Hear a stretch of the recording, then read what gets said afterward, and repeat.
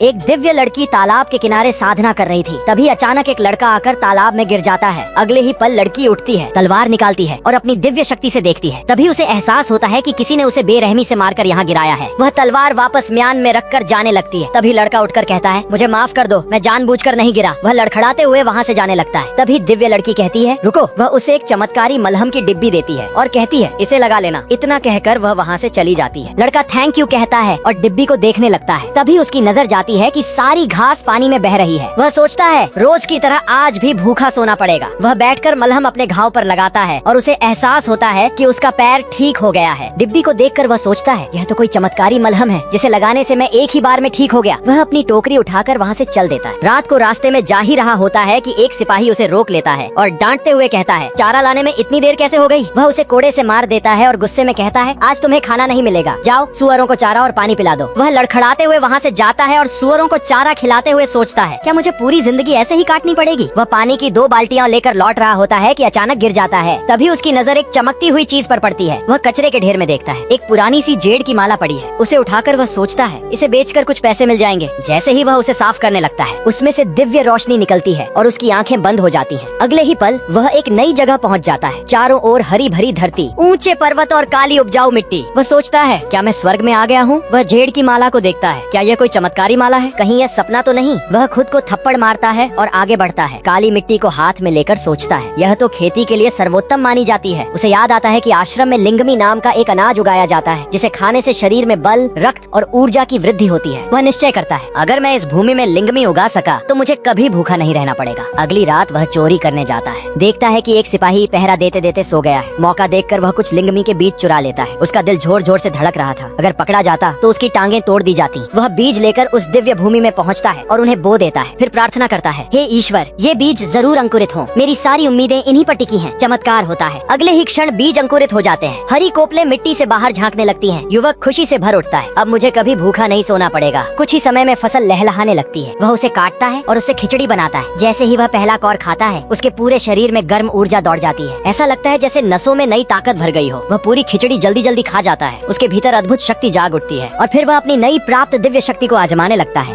दोस्तों, यह कहानी अच्छी लगी हो तो वीडियो को लाइक और चैनल को सब्सक्राइब करना ना भूले।